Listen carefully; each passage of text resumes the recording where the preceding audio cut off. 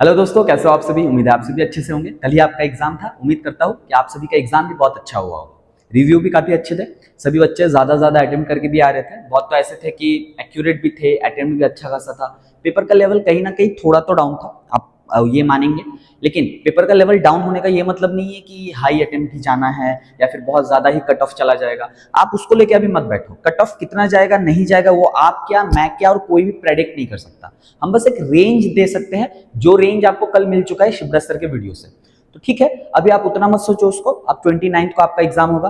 Grade 4 वाला आपका exam अभी भी बाकी है, आप उसको टारगेट करो। लेकिन हाँ, एग्जाम आपने दिया है तो इस एग्जाम में क्या क्या हुआ, अगले वाले एग्जाम में क्या क्या हो सकता है, वो इंपॉर्टेंट है। तो उस चीज के लिए हम लोग थे।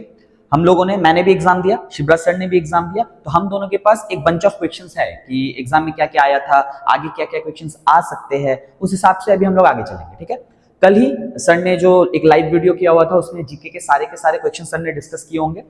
आपको पता चल गया होगा, एक आइडिया आपको मिल गया होगा कि आपने कितना सही किया था और ऑन एन एवरेज स्टूडेंट्स कितना एवरेज कर रहे थे।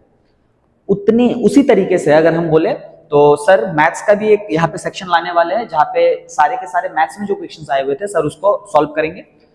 राहुल सर इंग्लिश वाला सेक्शन लाएंगे और ये इसी तरीके से मैं क्या कर रहा हूँ यहाँ पे, रीजनिंग का जो सेक्शन था आपके सामने जिसमें 20 क्वेश्चंस थे, मैं आज उस सेक्शन को यहाँ पे डिस्कस करूंगा। एग्जैक्ट क्वेश्चंस होंगे यहाँ पे, क्योंकि मैंने एग्जाम दिया था, मुझे जितना याद है, सर को जितना याद था, हम दोनों ने मिलकर जितने भी क्वेश्चंस पॉसिबल थे यहाँ पे हमने उसको प्रेजेंट करने का कोशिश किया है। इसी के साथ बहुत सारे स्टूडेंट्स भी थे जिनसे हम जुड़े हुए थे, तो उन्होंने भी अपना अपना रिव्यू दिया। उनको जितना क्वेश्चन याद था हमने उसको भी लिया। तो यहाँ पे रीजनिंग वाला जो सेक्शन है अभी मैं उसको सॉल्व करने वाला हूँ। तो एक बार आप अच्छे से देख लेना और आप एक अंदाजा लगा लेना कि आने वाले एग्जाम में क्या हो सकता है। आपको अभी वाला एग्जाम में क्या हुआ नहीं हुआ उस पर ज्यादा ध्यान नहीं देना है। हाँ, इसको जज करते हुए हम लोग आगे वाले पैटर्न को देख सकते हैं कि 29 को कैसा हो सकता है। एकदम डिट्टो कॉपी पेस्ट ऐसा कुछ नहीं होने वाला। जैसे कि अगर मैं रीजनिंग की बात करूं तो नॉन वर्बल रीजनिंग जिसमें वेन डायग्राम वगैरह बनता है, वो वाला पार्ट नहीं आया था। एक भी क्वेश्चन आपको नहीं दिखा होगा ना, डाइस से नहीं दिखा होगा, वेन डायग्राम से नहीं दिखा होगा। इसका मतलब ये नहीं है कि 29 को जो आपका एग्जाम है उसमें ये सब नहीं मिलेगा। ये सब बहुत इंपॉर्टेंट टॉपिक्स है, तो अभी भी आपको वो सब देख के ही रहना है। जो इस पेपर में आया था वो तो देखना ही है, जो जो नहीं आया था, जो अनकवर्ड थे, उनको भी देखना है, उनको ज्यादा देखना है, क्योंकि एग्जाम में वो भी इस बार आ सकता है। और आ सकता है क्या, मैं तो कहूंगा आना चाहिए। तो आप लोग तैयार रहो, ठीक है, हर एक टाइप के क्वेश्चंस को लेके। ठीक है, चलिए देख लेते क्या था क्वेश्चन। पहला वाला जो क्वेश्चन खुल रहा था ऑड वन आउट था। ऐसे दो क्वेश्चंस थे ऑड वन आउट में। पहला वाला तो 376 था, 629 था, 921 था और 397 था। आपने आंख बंद किया होगा और इसको मार्क किया होगा। सही बात है, क्योंकि ये वाला देखिए इवन नंबर है और बाकी सारे क्या है, ऑड नंबर है। बहुत इजी क्वेश्चन था ये वाला। उसी तरीके से पीकॉक, स्पैरो, क्रो, बैट, इसमें आपको ऑड वन आउट ढूंढना है। तो ऑड वन आउट कौन सा होता है, यही होता है ओनली मैमल। बाकी सारे यहाँ पे क्या है, बर्ड्स है। ये भी बर्ड है बट ये मैमल के कैटेगरी में आता है, तो ये वाला हो जाएगा। अगर आपको ये वाला लॉजिक नहीं आप लगा पाए थे तो आप एक चीज तो लगा पाते थे, एकमात्र यही है जो रात को देखता है। ठीक है, बैट रात को उड़ता है ना, चमगादड़ रात को उड़ता है ना, तो ये वाला आप कर सकते थे। बस उस तरीके से ये दोनों। अच्छा, ये वाला एकदम देखिए, pointing to Sham in a photograph Malini said his brother's father is the only son of my grandfather, how is Malini related to शाम। ये वाला क्वेश्चन भी आपके सामने आया होगा, एकदम यही वाला आया होगा। ठीक है, अब इसको कैसे टैकल करना था, इस टाइप के कितने ही सारे क्वेश्चंस हमने अपने वीडियोस में या फिर अपने क्लासेस में हमने किया था। तो ये वाला क्वेश्चन तो आप मिस नहीं कर सकते थे। फिर भी एक बार देख लेते हैं कैसे करना था इसको। His brother's father is the only son of my grandfather। आपको क्या पिक करना था, जाके ये वाला पिक करना था, माई। आपने माई पिक किया होगा, माई के जगह पे कौन था, Poynting to Sham in a photograph Malini said. कौन बोलती है, मालिनी। तो माई के जगह पे कौन आना चाहिए था, मालिनी। तो हम लोग ऐसे शुरू कर रहे थे, मालिनी। चलिए, माई ग्रैंडफादर मतलब क्या, मालिनी का कोई एक जन पेरेंट, उसका भी एक जन कोई पेरेंट्स, माई ग्रैंडफादर, बस इतना ही था। ग्रैंडफादर इसलिए यहाँ पे प्लस रख दिया, बस हो गया। माई ग्रैंडफादर, उसके आगे क्या लिखा हुआ है, ओनली सन, मतलब इसी ग्रैंडफादर का ओनली सन, मतलब यही बंदा होना चाहिए ओनली सन। ये भी हो गया। फादर इज द, अब ये फादर है, फादर है, किसका फादर है, ही इज ब्रदर। ये जो है किसी का फादर है, किसका, उसके ब्रदर का, उसके ब्रदर का फादर, मतलब कहीं ना कहीं इस फादर से नीचे वाले जनरेशन में कोई आने वाला है ना। तो देखिए, ही इज ब्रदर्स फादर बन रहा है ना, he is brother's father. His brother's father is the only son of Malini's only son of Malini's grandfather, बस यही वाला था।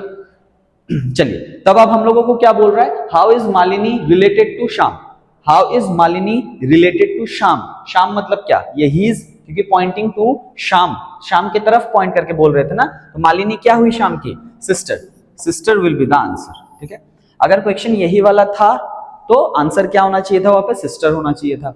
चलिए आगे वाला देखते हैं, ये तो बहुत इजी है, इस टाइप के क्वेश्चंस भी हमने किए हुए थे, हम लोग जो मॉक टेस्ट लगाते थे, रीजनिंग का 3 मॉक टेस्ट आया हुआ था, ये वाला पैटर्न जो एग्जाम में था वो डिट्टो सेम पैटर्न भी हमने बहुत सारे क्वेश्चन किए हुए थे। कोडिंग डिकोडिंग के 4 से 5 क्वेश्चन थे, मतलब अगर मैं एकदम एक्यूरेटली बोलूं तो शायद 4 क्वेश्चंस थे, और चारों के चारों पैटर्न हमने क्लास में सॉल्व किया हुआ है, ठीक है। कैसे, एक बार आप लोग देख लो। रोबोटिक्स इज कोडेड एज ये वाला AOROB, ये देखिए O और R यहाँ पे क्रॉस हो रहा है, B और O यहाँ पे क्रॉस हो रहा है, T और I भी क्रॉस हो रहा है, C और S भी क्रॉस हो रहा है। आपको अगर याद हो तो हमने ये वाला पैटर्न किया हुआ था, अब यही वाला क्वेश्चन यहाँ पे भी आया हुआ है, तो आंसर क्या हो जाएगा, देखिए P और R क्रॉस होगा तो RP, J और O क्रॉस होगा तो JO, E और C मतलब CE और ये ST, ये वाला आंसर आपका आना चाहिए था, और उम्मीद है ये वाला आया भी होगा, आपने मार्क भी किया होगा, ठीक है। ये वाला एक दूसरा क्वेश्चन था। आगे चलते हैं। एक अजीब चीज हमेशा स्टेट गवर्नमेंट के एग्जाम में देखा जाता है कि मैथ्स के सेक्शन में रीजनिंग का क्वेश्चन, रीजनिंग के सेक्शन में मैथ्स का क्वेश्चन, ऐसा भी होता है। इस बार भी हुआ, इस बार कैलेंडर वाला जो क्वेश्चन था वो कहीं ना कहीं मैथ्स वाले सेक्शन में आपने देखा होगा, और ये वाला क्वेश्चन देखिए एकदम पूरी तरीके से मैथ्स का क्वेश्चन है, ये वाला रीजनिंग के सेक्शन में। रीजनिंग के सेक्शन में तो इस बार इंग्लिश के भी 1-2 क्वेश्चंस थे, तो ये इन चीजों के लिए आप लोग तैयार रहना कि हो सकता है, ऐसा कोई जरूरी नहीं है कि उन्होंने बोल दिया है कि इतने क्वेश्चन यहां से इतने क्वेश्चन यहां से, ऐसा कुछ नहीं है। मेंटल एबिलिटी का पार्ट है ये, लॉजिकल पार्ट है ये, तो कहीं से भी कुछ भी पूछ सकता है, ठीक है। चलिए ये वाला speed equals to what if distance इतना टाइम इतना, इसको सेंटेंस एक अच्छे सेंटेंस में लिखा हुआ था ये वाला, तो हम लोग क्या कर सकते थे, इसमें आपको स्पीड निकालना था। स्पीड अगर निकालते हैं 12 किलोमीटर 15 मिनट में अगर ट्रैवल करता है तो स्पीड उसका कितना होगा, तो चलिए speed equals to distance upon time, यही होता है, आपको पता है।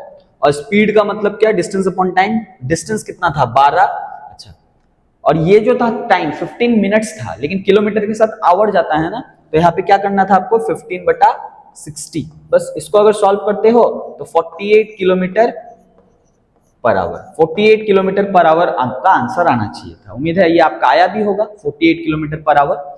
चलिए आगे चलते हैं, एक बार इसको देख लो। एडवर्स, एडवेंट, एडवर्टीज और एडवेंचर, आपको ये 4 वर्ड्स दिए हुए थे और आपको बोलना था कि डिक्शनरी के ऑर्डर के हिसाब से इनको अरेंज करना था, ठीक है। तो उस ऑर्डर के हिसाब से ऑप्शंस भी लिखा हुआ था, तो हम लोग एक बार देख लेते हैं डिक्शनरी के ऑर्डर में ये क्या होना चाहिए था। मैराथन क्लास में ही या फिर मिनी मॉक वाले क्लास में ही इस टाइप के क्वेश्चंस भी हमने किए हुए हैं, ठीक है। चलिए चलिए एडवर्स, एडवेंट, एडवर्टीज, एडवेंचर, तुरंत आप कैसे कर सकते थे, आप पहले कॉमन पार्ट देख सकते थे, 4 एलिमेंट, 4 एलिमेंट, यहाँ पे भी 4 एलिमेंट, यहाँ पे भी 4 एलिमेंट, 5वें एलिमेंट में कहीं ना कहीं चेंज था, किसी में R, किसी में यहाँ पे भी R, यहाँ पे N और यहाँ पे N। इसका मतलब 5वें वाले एलिमेंट से हम जज कर पाते कि पहले कौन सा आएगा और आखिर में कौन सा आएगा। R पहले आता है कि N पहले आता है, ऑब्वियस सी बात है N पहले आता है, इसका मतलब कहीं ना कहीं इसको पहले मैं एक बार नंबरिंग कर देता हूं, ठीक है। 1 2 3 4, 1 2 3 4। चलिए, तो अगर N पहले आता है तो कहीं ना कहीं एडवेंट और एडवेंचर तो पहले आना चाहिए था, कौन सा, 2 नंबर और 4 नंबर पहले आना चाहिए, बाकी 1 नंबर और 3 नंबर बाद में आना चाहिए, ठीक है, N के हिसाब से। लेकिन अभी भी ये वाला ऑर्डर नहीं हुआ है, क्यों नहीं हुआ, चलिए N तो हमने चेक कर लिया, ठीक है। उसके बाद क्या देखना है, यहाँ पे T है, T है, यहाँ पे T है, ये T है, तो सबसे पहले कौन सा आ जाएगा, एडवेंट आ जाएगा, क्योंकि एडवेंट यहां तक भी सेम है। उसके बाद तो URE, इसका मतलब कहीं ना कहीं एडवेंट पहला आना चाहिए, मतलब 2 नंबर, उसके बाद क्या आना चाहिए, 4 नंबर, 2 4, ठीक है। अब हम लोगों को ये चेक करना है, चलिए R वाले चेक करना है, तो R के बाद यहाँ पे T है, R के बाद यहाँ पे S है, तो S पहले आता है कि T पहले आता है, S पहले आता है, तो यहाँ पे भी एडवर्स पहले आना चाहिए, इसका मतलब 1 पहले आना चाहिए और फिर ये आना चाहिए। तो जो हमने पहले ऑर्डर लिखा था वही ऑर्डर आपका आंसर होना चाहिए था, 2 4 1 3। पूरी आपके ऊपर है ये वाला कि आप किस तरीके से इसको टैकल करते हो। आप हौले हौले एक एक वर्ड देख के, एक एक अल्फाबेट देख के, लेटर देख के कर सकते हो, नहीं तो आप ऐसे कॉमन पार्ट्स निकाल के भी कर सकते हो, वो पूरा आपके ऊपर है।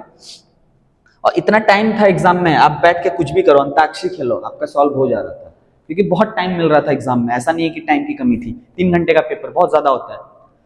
एक ऐसा था मेंडिकेंट ऐसा करके कोई वर्ड था। अब अगर मैं सही हूं तो आप लोग कमेंट सेक्शन में बताना, मेंडिकेंट ही था। इस पे आपको क्या करना था, 4 अलग अलग ऐसे ऑप्शंस दिए हुए थे। मेरे पास अभी सिर्फ 2 ही ऑप्शन है जितना मुझे याद है, क्योंकि इसी में एक आंसर भी है। इसी तरीके से और 2 ऑप्शन भी थे। आपको क्या करना था, बताना था इस वाले वर्ड से कौन से गिवन वर्ड्स हम लोग बना सकते हैं, अल्फाबेट्स को यूज करके या फिर लेटर्स को यूज करके। तो देखिए D10, सॉरी कौन सा नहीं बना सकते, ऐसा आया था क्वेश्चन, कौन सा नहीं बना सकते हैं। तो D10, DTAIN, DETAIN,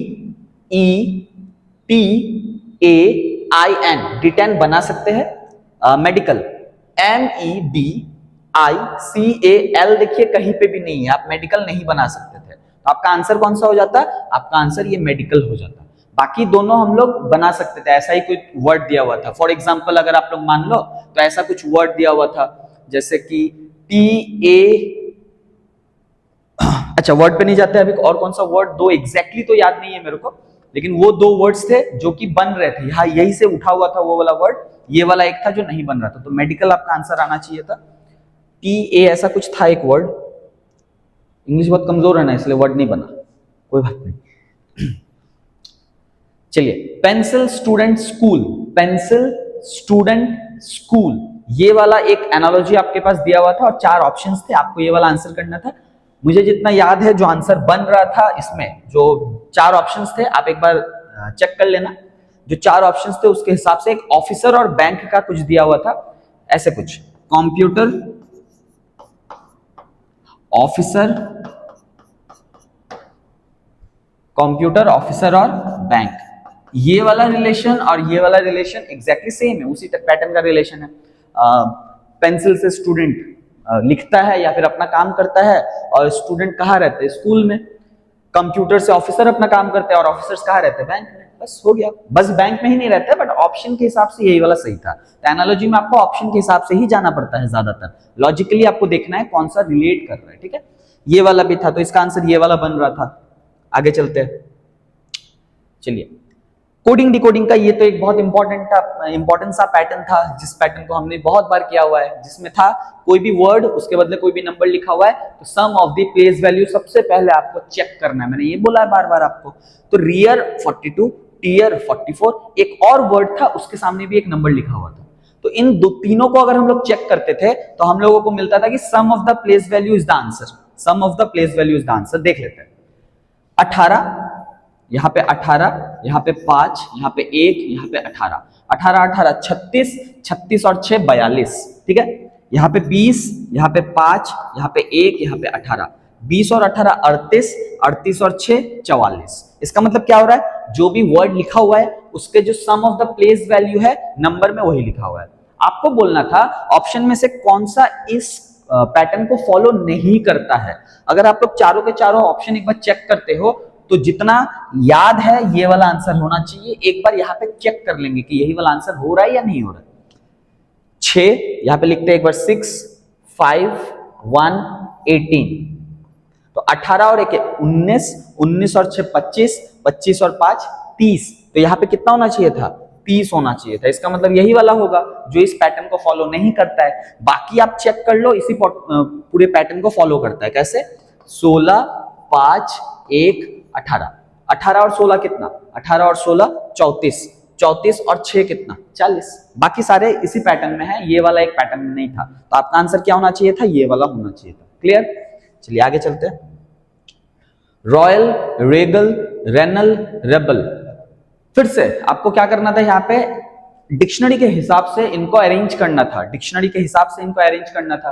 क्या कर सकते थे हम लोग, सबसे पहले देखिए हर जगह पे आर है तो आर से तो नहीं जज कर सकते, उसके बाद ई है और ई है, और एक जगह पे ओ है, इसका मतलब रॉयल कहीं ना कहीं लास्ट में आना चाहिए। 1 2 3 4, और जितना मुझे याद है ऑप्शन एक ही ऐसा था जहां पे 1 लास्ट में था, तो तो आप लोगों को इसको तो चेक भी नहीं करना था, आप लोग डायरेक्टली क्या कर सकते थे, रॉयल देखते थे वो लास्ट में आना चाहिए, और एक ही ऑप्शन ऐसा था जहां पे रॉयल लास्ट में बन रहा था, तो डायरेक्टली आप इसको आंसर कर सकते थे, तो वही वाला आंसर हो जाएगा। फिर भी यहाँ पे हम एक बार पैटर्न को लिख लेते हैं, ठीक है। रॉयल तो चला गया लास्ट में, बाकी 3 यहाँ पे आएंगे, कौन कौन से आएंगे एक बार देख लेते हैं। रेगल अगर देखते हैं REG REN REB, तो सबसे पहले कौन सा आना चाहिए, REB आना चाहिए सबसे पहले, मतलब 4 नंबर वाला पहले आएगा। REG REN, तो REG आना चाहिए पहले, उसके बाद आ जाएगा REN। तो 4 2 3 1 will be the correct order, ठीक है। यही वाला ऑर्डर आपको ढूंढना था, ऑप्शन के हिसाब से एक ही था जिसमें लास्ट में ये वाला दिख रहा था रॉयल, ठीक है। चलिए आगे चलते हैं। एक आया हुआ था नंबर सीरीज, अब मिसिंग नंबर जो बॉक्स पैटर्न में हमने किया हुआ था वो नहीं आया, आगे कौन सा आ गया, नंबर सीरीज आ गया, ठीक है। मिसिंग नंबर का पैटर्न थोड़ा अलग होता है, नंबर सीरीज का थोड़ा सिंपल होता है उस मिसिंग नंबर से, तो आपके लिए तो अच्छा ही हुआ। पैटर्न कौन सा था ये वाला, देखिए यहाँ पे 3 का गैप, यहाँ पे 4 का गैप, यहाँ पे 13 का गैप, यहाँ पे कौन सा गैप होगा और यहाँ पे कौन सा गैप होगा वही आपको निकालना है। अच्छा 3 का नहीं, सॉरी, यहाँ पे 7 का गैप, कितने का गैप, 7 का गैप। काफी इजी क्वेश्चन था ये वाला। अगर आप देखते 3 के बाद 7 आ रहा है, 7 के बाद 13 आ रहा है, इसका मतलब क्या, यहां से यहां तक 4 का गैप, यहां से यहां तक 6 का गैप, इसका मतलब क्या, यहां से यहां तक 8 का गैप होना चाहिए, यहां से यहां तक 10 का गैप होना चाहिए। एक पैटर्न ये था, आपको चेक करना था उस पर आंसर मिलता है कि नहीं मिलता है, बट मुझे जो एग्जाम हॉल में जो मैंने नोटिस किया, मैं उसको बता रहा हूं, मुझे दिखा कि एक यहाँ पे आपको प्राइम नंबर दिख रहा है, प्राइम नंबर के बाद अगले प्राइम नंबर एक दिख रहा है जो यहाँ पे मिसिंग है, उसके बाद एक और प्राइम नंबर, इसका मतलब ऑल्टरनेट प्राइम नंबर का एक सीरीज चल रहा है, चलता है ना। 3 के बाद क्या आता है, 5 आता है जो यहाँ पे मिसिंग है, 7 के बाद क्या आता है, 11 आता है जो कि यहाँ पे मिसिंग है, मतलब क्या 13 के बाद कितना आना चाहिए, 17, जो कि आप लोग छोड़ेंगे, 17 के बाद क्या आना चाहिए था, 19, ठीक है। उसी तरीके से 19 के बाद क्या आना चाहिए था, 23, जो हम लोग छोड़ेंगे, और 23 के बाद क्या आना चाहिए था, 20, ठीक है। मतलब ये वाला एक सीरीज चलता है, उस हिसाब से अगर जाए तो 50 के बाद कितना, 19, तो यहाँ पे आंसर कितना होना चाहिए था, 69, और आप 69 प्लस 29 कर दो तो 98 ही होता है, इसका मतलब 69 will be the correct answer, option में भी 69 था, ठीक है, तो 69। चलिए ये वाला एक स्टेटमेंट लिखा हुआ था, स्टेटमेंट के हिसाब से क्या था मैं आपको एक बार डिटेल में बता देता हूं। एक स्टेटमेंट में था, एक पर्सन थी पी से, मान लेते पल्लवी, पल्लवी और ज्योति, पल्लवी ज्योति और यहाँ पे एक कोई शाम, शायद एक लड़का था, ठीक है। उनका जो रैंकिंग था या फिर जो वेट था कुछ वैसा कुछ दिया हुआ था, एक बार 1 मिनट मेरे पास लिखा भी हुआ है, अगर मैं उसको देखूं अच्छे से एक बार, चलिए। तो पल्लवी के हिसाब से पल्लवी ज्योति से सीनियर थी, ठीक है, हाँ सीनियर, वो सीनियरिटी पे था, वो वेट पे भी नहीं था, एज पे भी नहीं था, और किसी रैंक का ही बात कर रहा था, पल्लवी ज्योति से सीनियर थी, ये पल्लवी के हिसाब से, इसलिए मैंने यहाँ पे क्रॉस रखा और एक राइट रखा, हो भी सकता है नहीं भी हो सकता है, लेकिन एक थर्ड पर्सन के हिसाब से श्याम जो है वो पल्लवी से तो डेफिनेटली सीनियर था, श्याम पल्लवी से डेफिनेटली सीनियर था। अभी आपको एक ऑर्डर दे रहा था या फिर 4 ऑप्शंस आपको दे रहे थे, आपको बताना था कि इन दोनों सेंटेंस के हिसाब से कौन सा ऑप्शन एकदम करेक्ट है, मतलब एकदम उसमें पॉसिबिलिटी नहीं, आपको जो एकदम करेक्ट होगा वही मार्क करना था। तो एक ऑप्शन वहां पे था कैन नॉट बी डिटरमाइंड, जो कि आंसर होना चाहिए। ऐसा क्यों, क्योंकि ये वाला तो पॉसिबल केस है ना, पल्लवी के हिसाब से वो ज्योति से सीनियर है, लेकिन शाम थर्ड पर्सन एक कोई था, उसके हिसाब से क्या था कि पल्लवी ज्योति से सीनियर नहीं है, कुछ ऐसा भी मेंशन कर रहा था, पल्लवी ज्योति से सीनियर नहीं है। तो एक पर्सन के हिसाब से वो सीनियर है, एक पर्सन के हिसाब से वो सीनियर नहीं है, इसका मतलब क्या, हम लोग डेफिनेटली कुछ नहीं कह सकते ना कि वो एग्जैक्टली है क्या वहां पे, इसलिए आंसर क्या हो जाएगा, कैन नॉट बी डिटरमाइंड। तो कैन नॉट बी डिटरमाइंड जिसने जिसने किया था उसका तो सही है, आप लोग एक बार चेक कर लेना। चलो आगे चलते हैं, फिर से एग्जैक्ट क्वेश्चन ये वाला, नाम शायद चेंज हो सकता है बट मुझे जितना याद है यहाँ पे रमोला ही, और यहाँ पे एक नाम एक्टर, सही है यही था।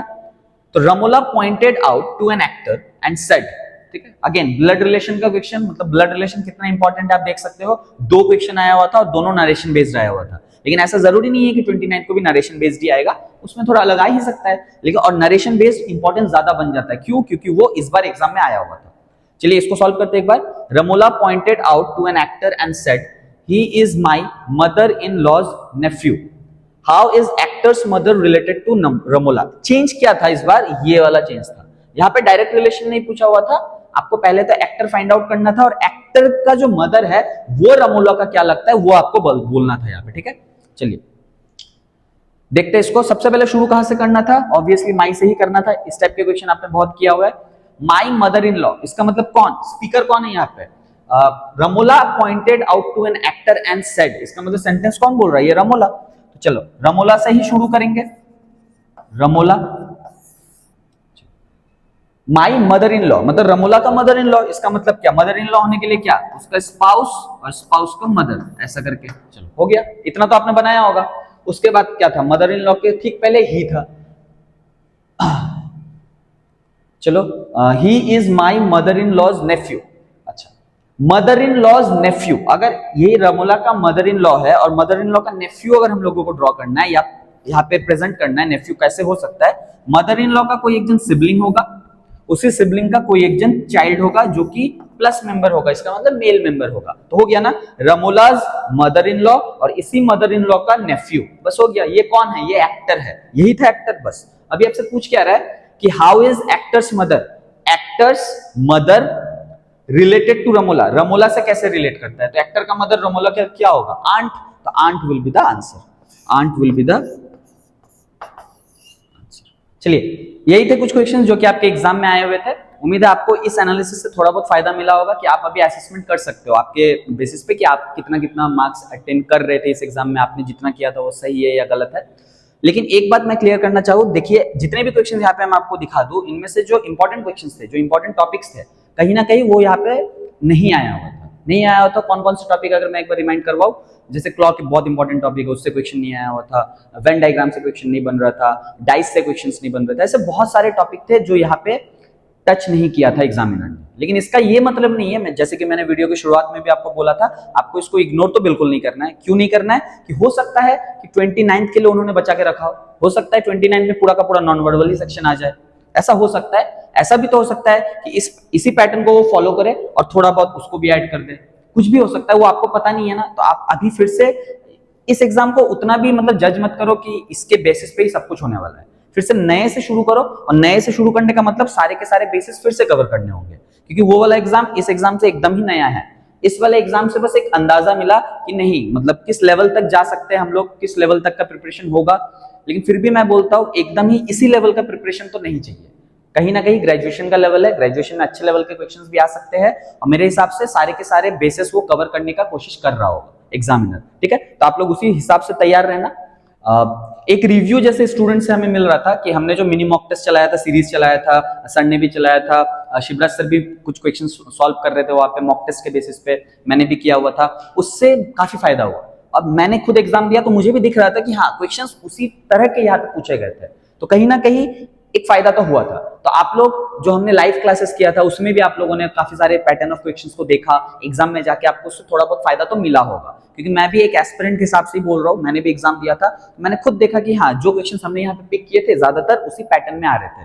तो एक बार काइंडली आप कमेंट सेक्शन में बता देना कि हम लोग उसी तरीके का लाइव सेशंस आपके लिए लाए या ना लाए। अगर आप लोग उससे मतलब कुछ भी आपको हेल्प मिल रहा था तो जरूर से लाएंगे, तो हम लोग अकॉर्डिंगली प्लान कर सकते हैं कि हाँ लाइव क्लासेस लाना है, इतना इतना लाइव क्लासेस लाना है, या फिर मॉक टेस्ट करवाना है, वो आपके ऊपर हम छोड़ते हैं। आप कमेंट सेक्शन में जरूर से बताना।